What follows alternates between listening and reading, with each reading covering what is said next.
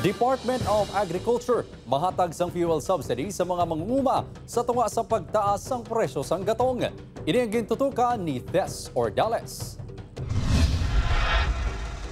Ginanunsyo ni Department of Agriculture Secretary Francisco Chu Laurel Jr. sa Domingo, July 7 nga nagpain sang budget nga masobra 510 million pesos ng fuel subsidy para sa masobra 160,000 ka mga mangunguma nga nagapanag-iyaw kung nagapang-arkila sa mga makinarya nga ginagamit sa pagpanguma. Balor 3,000 pesos ang natala na batunon sa mga mangunguma nga nalista sa idalom sang Registry System for Basic Sectors of Agriculture. Sa datos ng Department of Agriculture as of July 2, 2024, apat ka sudasod nga simana na ang pagsakas ng presyo sang gasolina, diesel kag kerosene, rason nga nagdihon sila sang nasambit nga tikang.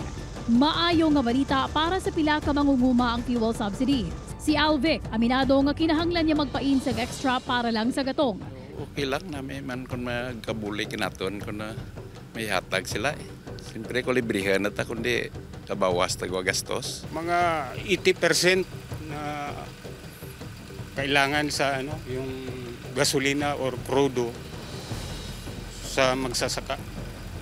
So malaking tulong sir. Malaking tulong talaga yan sa amin. Targets ng Department of Agriculture ng umpisahan ang pagpanagtag sa fuel subsidies sa katapusan sa Hulyo. Upod kay Hans Desierto, Tess Ordales. One Western Visayas.